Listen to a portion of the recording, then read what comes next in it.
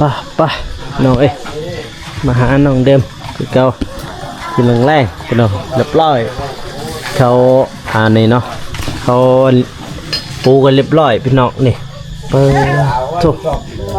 นี่คือเครื่องมือของจางปืนเกี่ยมมีแต่นี่บานประตูน้องเอ้ยเปิดทุกนี่เกี่ยมตอกมือพี่น้องบ้านปงเอี่ยมเนาะเรียบร้อยครบเรียบร้อยมาฮอดแล้วไม่ใช่มืออื่นเนี่ยใส่ลูกตั้งมือใส่ลูกตั้งเนาะใส่ลูกตั้งนี่ครบเรียบร้อยแล้วครบโอเคเอาคนมาดึงถ่ายคลิปก่อนมือเนี่ยจะได้ใส่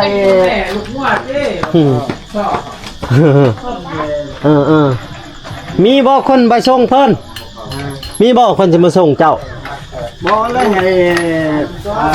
เบาโคเลยเบอร์ชมก็ใช้ข่าวรถไปก่อนมีบ่มีฮะน้องเด่นครับเป็นบ่น้องเด่นเนี่ยขับเป็นแต่ซ้อนถ่ายเนาะแม่นบ่เป็นบ่น้องเดิมมีบ่คนขับเป็นเนี่ยน้องเด่นเลยไปส่งอายเลยน้องเด่นขับเป็นว่ารถจักรเป็นบันไดจ้ะเดินบ่ไอ้แดงด้วยมีบ่คนสิไปส่งเพิ่นนี่ไอ้เจ้ากันแล้วส่งแล้วเพื่อนนำกันแล้วกับขอยยังถ่ายอยู่ยังถ่ายอยู่ถ้ามีคนไปส่งให้เขาไปส่งเพิ่นก่อนต้องมาส่งรถนอกเด่นมาส่งผู้เฒ่าได้ใช่แหละเด่นจะขับเป็นบ่ได้อยู่ติจะจักไปส่งผู้เฒ่าอันได้บ่เอาเดี๋ยวส่งแล้วไงเอายังไทยโอ้มาทันได้ดึงไฟมาบ่อยู่มืดอยู่พี่น้องมืดเป็นตอนยังอยู่มืดอยู่พี่กลับสบายดีเด้อพ่อแม่พี่น้องเนาะว่าสิอยู่ภายในหรือว่าต่างประเทศก็ยินดีต้อนรับขอสุสอกเบาโกสนบทซาปกปลาวเด้อพ่อแม่พี่น้องเนาะมาวันนี้มาอยู่ทั้งบ้านน้องเดิมคือเก่าพี่น้อง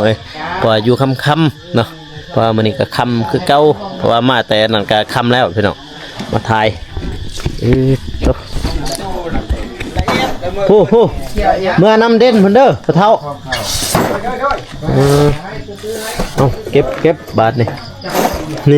เก็บซอยพุ่นไปปะทางนั้นตัวมองเก้าพี่น้องกว่ามันนี่ก็คำแล้วไม่ยังฮะตกใจจ้ะนี่ทอดมองนี่ถอดเป็นเนี่ยเป็นตกใจโอ้ยถอดจริงขาหันบอกขาหันมันมีอันน่ะมันมีมองหันมันอันนี้ตัวนี้อันไปเอาเขาบนหันละมือเพิ่นกะใส่คือเก่า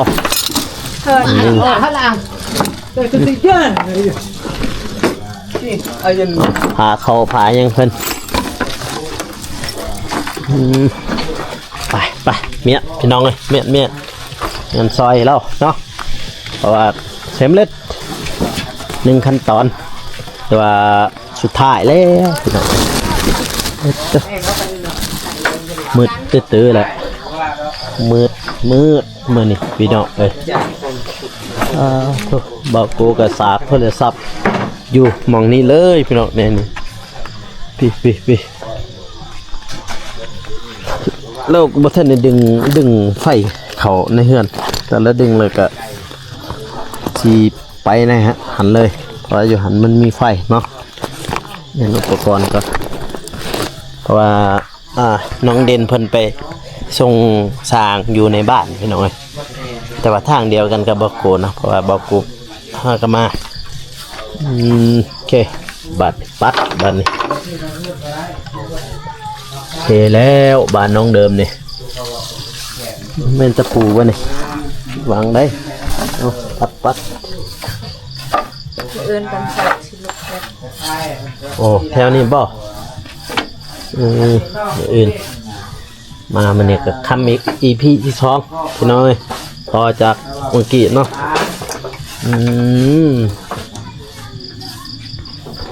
แดดออกอยู่บ่ทานงี้มื้อนี้เนาะแดดออกอยู่บ่ บ่ปานใด บ่ปานใดบ่ฮ้อนบ่ซั่นนี่ แต่ว่าบ่แอดปานใดก็ฮอดแฮง แต่ว่าทางนั้นติฮ้อนเป็นฮ้อนทางนั้นแดดทั้งฮ้อนช่วยจบทำแล้วพี่น้องบ่ว่าทีมงานทั้งเมืองแล้วบ่ได้โทรถามเลยไปเดี๋ยวโทรหาบ่าวอนงก่อนเพิ่นเมื่อแล้วบ่หรือว่ายังเพราะว่าเบาโกก็มาทางนี้พี่น้องเอ้ยเพิ่นก็ไปทางนั้นเนาะปึ๊บโทรก่อนเพิ่นจะหับสายบ่ดีจากเพิ่นเมื่อหรือยังเฮาก็บ่ฮู้นี่เพราะว่าเพิ่นโทรมาหาเบาโกประมาณ4 โมงเพราะว่าเบาโกขี่รถมานี่พี่น้องติดละจะได้ว่าเพิ่นสิหับบ่เนาะ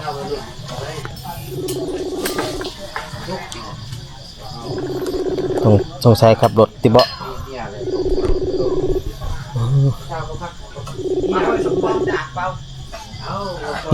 น่าจะแม่นเราจะขับรถพี่น้องเลยเพราะว่าตอนนี้ก็ค่ำแล้วเนาะ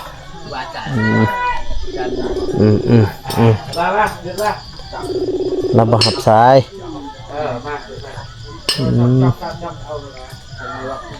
เราบ่หับพี่น้องเลยเ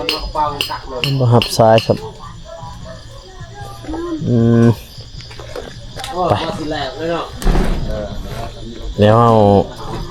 ไปนี่ก่อนปาดแล้วประเทศนี้ดึงบ่ไฟฉายปักตัวใดละไปเฮือนน้องเด่นเพราะฉะนั้นตัวนี้บ่เข้าต่อมานี่เบิดวันนี้จะได้บ่นี่มันนี่ดึงไปจะดึงเลยเบิดนี่เอาไปเท่าละหน่อยดิไปเดี๋ยวเราแบ่งบ่ฝาเปิดก็ได้เลยนี่ตามกองรางนี่ก็ได้พอไฟอยู่หันกันยังอยู่บัตรในเมียไปดึงเลยไปดึงเอาเกาะเอาดึงไฟพี่น้องไว้นี่เอาเข้าบอลในห้านี่บอลนี่นี่เอาคนเดียวไอ้ดึงก่อน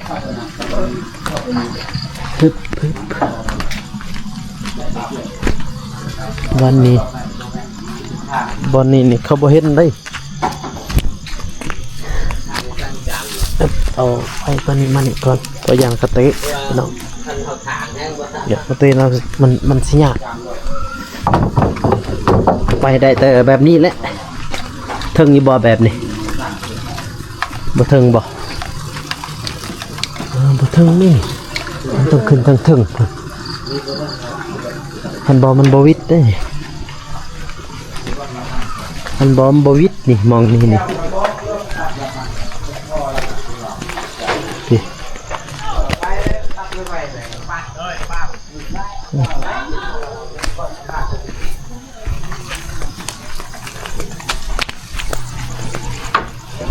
โอ้แม่นมัน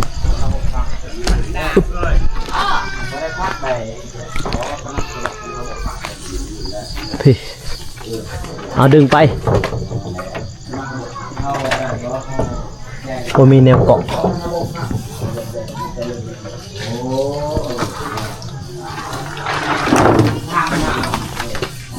นี่สอดเบิ้งอยู่บนนี่นะไหนบ่นั่นนะไหนบ่วิทย์บ่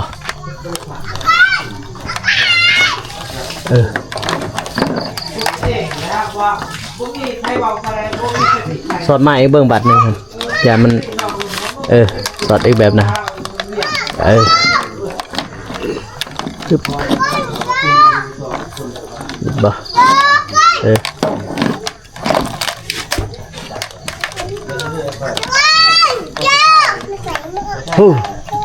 ไป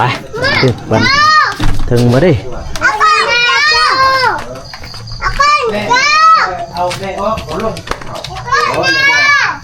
โอเคต่อไฟข้างนอกเอาอ่ะเบอร์ เข้าไปยังอันนี้ชิดถึงก่อนพี่เดี๋ยวขั้นใดนี่เบิ้งเอาอ่ะบริไปเจ้าเบิ้งบ้านเอาอะไรต่างลงมาเบนอันปึ๊บเอาขึ้นโอเคปอนบัทันละปอนบัทันละก่อนจะถือไว้เด้อเลยถึงลงเฮ็ดยังโอ้ยเดี๋ยวต่อไฟแห้งก่อนเดี๋ยวต่อไฟก่อนน้องเอ้ยลงแล้วบ่แล้วโอเคเอาคันใดให้สร้างเลยก็ได้ไปคันใดฮันจะหน่อยสร้างซุปไฟเลยก็ได้ไปมาแล้วบ่ซุปเลยเด้อไฟฮันเด้อน้องเด่นไปซุปก็ได้ไปให้น้องเด่นซุปก็ได้ไฟฮันปิดเปิดโอเคโอ้ตัวฮึบบ้าตัวน้องเอ้ยพี่เห็นหุงอยู่บ่เอาต่อยเอาจะnóiว่าตัดมือตัวเองเนี่ยอยู่ดิไปเอาต่อยเบิ้งหอยนี่บ่ให้เบิ้งเฮ็ดให้เบิ้งเลยเบิ้งเอาลองมือมันนี่ขึ้นไปไต่เลยลองเบิ้งบาดใจเต้นอีฉังเลยไฟมาเลยไฟมาแล้วต่อกี้เอาลองเบิ้งแบบเมื่อกี้นี่แบบบ่มีไฟเอาไหมเอาเบิ้งหันแบบบ่มีไฟจะเห็นหุ่งได้จังไดโอ้ตายแล้วประมาณเอาโดนตกเอาไหมเบิ้งลองเบิ้งเอาเบิ้งเอาบาทนึงนี่นี่บ่มีไฟละบาทนี่จังนั้นเขินถึกมือน้ำมาจะนั่นเขินถึกมืออีกบอกกูถามเบาอันนุ่งเนาะโอ้น้องอันนี้แบบต่อยก้นห้อยพี่น้องต่อยก้นห้อยแบบบ่มีไฟไปเดี๋ยวเอาโทรศัพท์ก่อนมาสากโทรศัพท์ก่อนน้องน้องเดิมต่อยก้นห้อยแบบบ่มีไฟโหดเกินเป็นเลยล่ะเห็ดไปเดี๋ยวสากโทรศัพท์ก่อนเพราะว่าแบตเบิดแห้งพี่น้องเนาะแบตโทรศัพท์เบิดแห้งเบิดเลย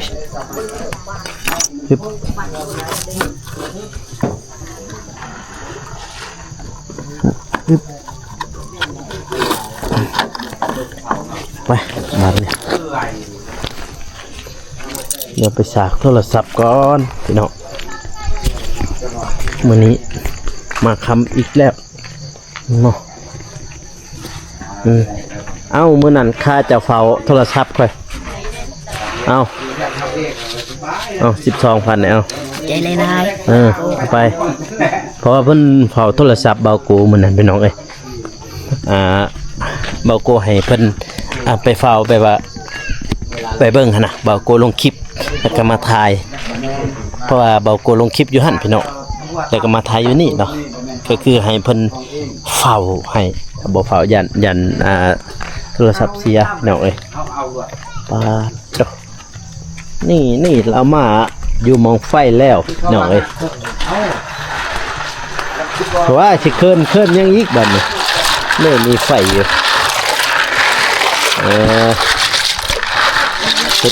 กินห้อยบ่มาแรงนี่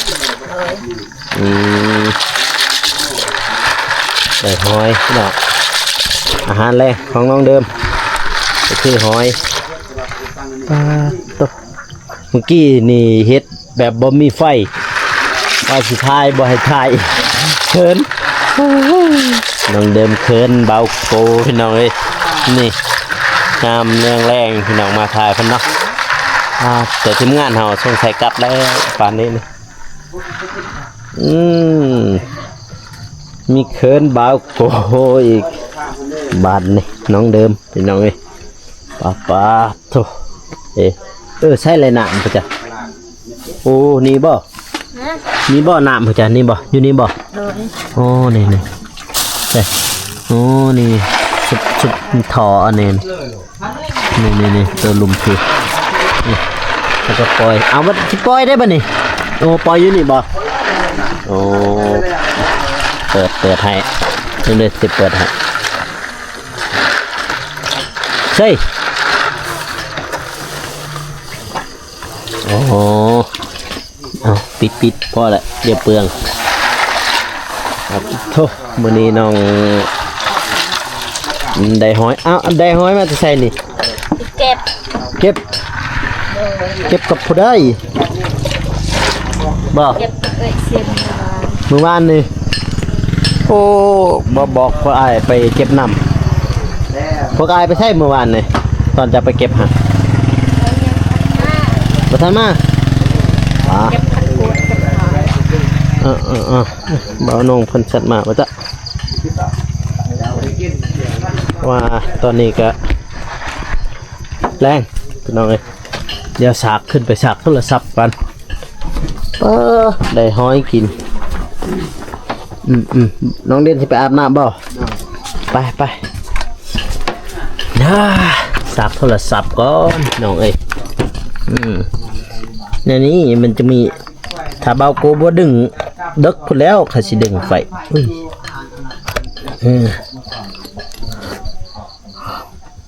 ไปจักโมงแล้วนี่จักโมงจักยามเลยมาเต้นลงฮอตคลิป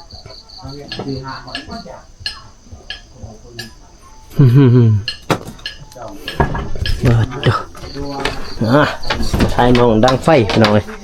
บาดนี้ไอ้ชิบได้ใส่ไฟซ้ายเลยเด้บาดเลย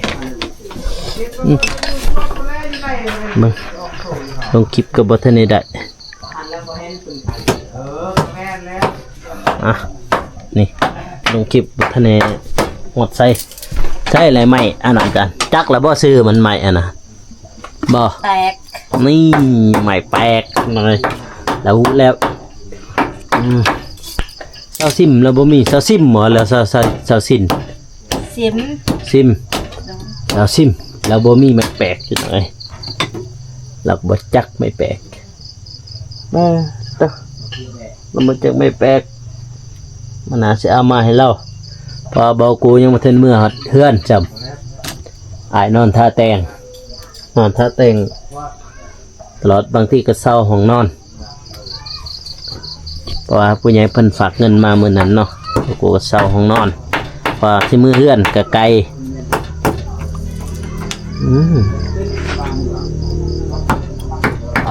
เมื่อยพี่น้องตอนนี้น้องสิดังไฟเฮ็ดกินอาจจะนึ่งแล้วบ่เข้าบ่นึ่งแหละตัวเก็บแล้ว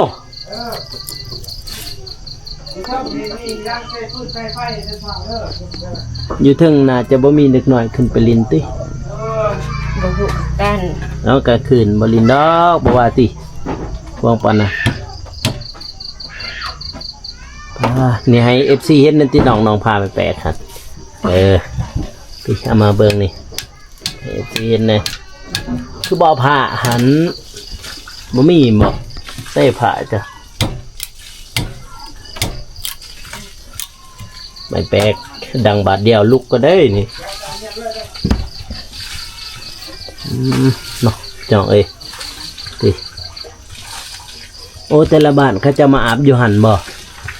อนนั้นบ่เลยว่ามีแต่พี่น้อง มีแต่พี่น้อง อ๋อนี่พี่น้องไอ้ไม่แปลกบ่าวกลัวให้น้องเติมมาดังไฟสบายบาดนี้นี่ไม่แปลกหรือว่าไม่สนนั่นเองเนาะพี่น้องเนาะบางครูบางคนกับบ่ฮู้มาไม่แปลกมันไม่แนวใดไม่สนนั่นแหละไม่แปลกสบายบาดนี้ดังไฟพี่รายการเลยพี่น้องเอ้ยวันนี้ก็คำอยู่บ้านน้องตั้งแต่4 โมงเบาโกมาเนาะมาทางนี้แล้วก็เอาหมอบ่แล้วก็ไปซอยอันนั้นเนาะซอยตั้งแต่เช้าพุ่นนี่เป็นไงซอยน้องซาลีซอยน้องซาลีเมื่อยเติบอยู่หั่นน่ะเฮ็ดตะปึดตะพือ ไปตักน้ำก่อน ไปเพิ่นไปตักน้ำอยู่ลุ่มเลยอยู่ถึงนี่ ไปตักน้ำ อยู่นี่บ่ ปลาอ๋อน้ำประปาแต่ก็มีน้ำบาดาลปาโตน้องเอ้ยเฮ้ยมามันอยู่เฮือนน้องเดิมเด้อพ่อแม่พี่น้องไอ้นี่ภาพบรรยากาศเนาะ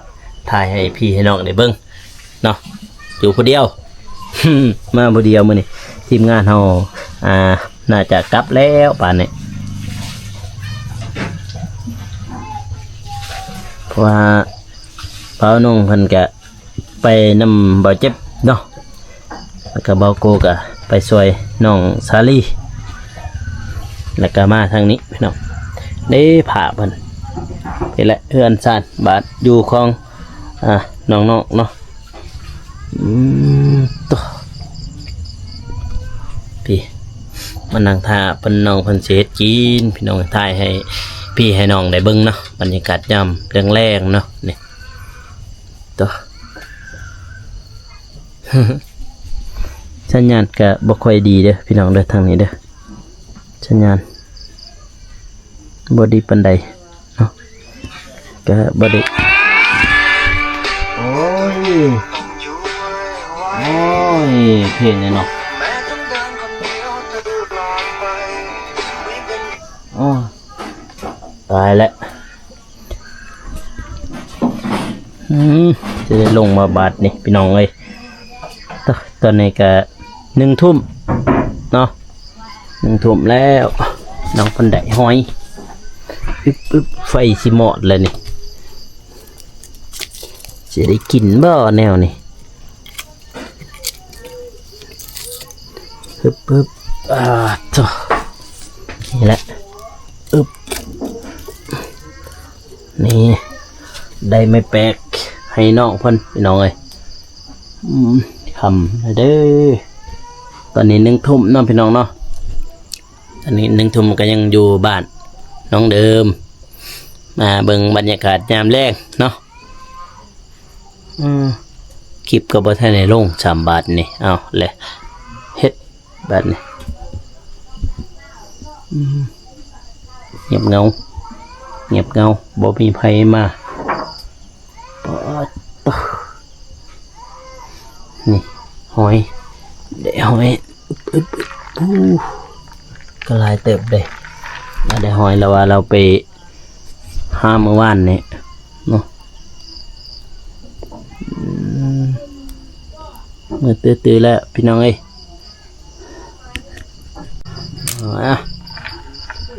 น้องเดิมจะสตุบมาบ่นั่นบ่ดูสิจิ้มมากินเสียจังไหนกินบ่ มันจะเชื่อสิต้ม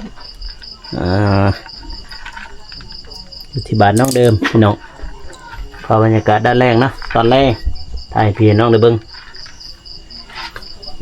ลงคลิปกับบ่ทันได้แล้วพี่น้องเอ้ยใส่ ปึ๊บ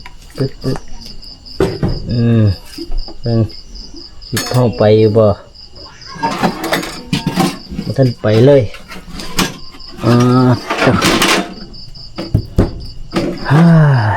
เด็กแล้ว1 ทุ่มพี่น้อง1 ทุ่มเราซอยผักนี่ผักบัว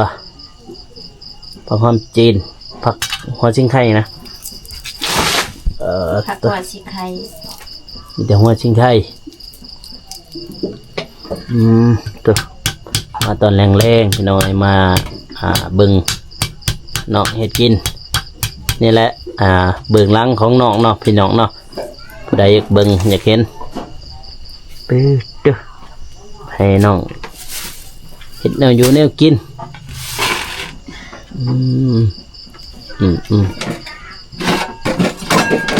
อาชีพของน้องพี่น้องเอ้ยชีวิตนี่บ่แม่นละครสั้นเด้อพี่น้องเด้อนี่ก็เบื้องหลังหรือว่าชีวิตจริงของน้องเดิมเนาะพี่น้องเนาะบ่แม่นว่าถ่ายคอนเทนต์อีหยังแล้วแต่เนาะเป็นชีวิตจริงๆของน้องเลยนี่ให้อยู่ให้กินนี่เห็นบ่พี่ตัว2ไอ้น้องหรือว่าเอื้อยกับน้องพี่น้องเอ้ยกำพร้ากำพร้อยนั่งอยู่ในกินตามเราอยู่ใส่กระไดดังตึ้งให้ดีเพื่อนบ่คุดอกเดือนคุกับบ่กระช่างได้เฮือนใหม่แล้วนะโอ้สัญญาณอินเทอร์เน็ต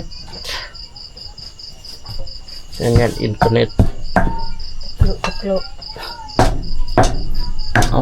ตั้มอึเอาเสียว่าแล้วน้องเดิมเฮ็ดหยังกินไฟจะค่อยจุแล้ววันนี้ฟื้นบาดนะ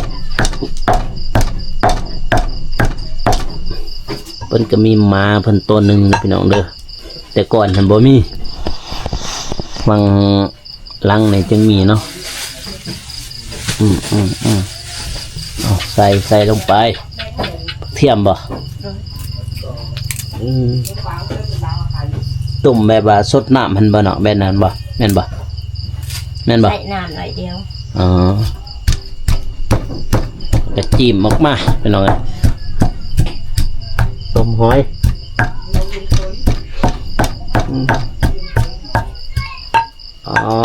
ตัวเป็นงานอินเทอร์เน็ตมื้อนี้มาบ่เดียวคำอยู่ที่บ้านน้องเดิมเนาะพี่น้องเนาะแต่ว่าบ่าวน้องเพิ่นน่าจะกลับไปก่อนเนาะบ่ได้เห็นกันเลยมื้อนี้นี่ตั้งแต่เช้ามื้อนี้บ่ได้เห็นกันกับทีมงานเฮาเปิ้นไปคนละทางบ่โกไปคนละทางเลยแป้งนัวรสดีหรือว่าแป้งนัวพี่น้องเอ้ยเดี๋ยวนี่อันสารบ้านอยู่เพิ่นเด้อพ่อแม่พี่น้องเอ้ยผู้ใดอยากเบิ่งเนาะได้พี่น้องได้เบิ่งโอ้จุกนี่พี่น้องเอ้ยพี่ใส่พริกจ้ะใส่หน้าอามันเนี่ยพี่น้องตัวพ่อแม่พี่น้องเอ้ยเรียบร้อยพี่น้องนี่ไปนี่แหละอาหารแรงน้องเดิมพี่น้องเอ้ยปึ๊บนี่เรียบร้อยพี่น้องเอ้ยบัดนี้คลิปนี้กับเบาโกก็จบ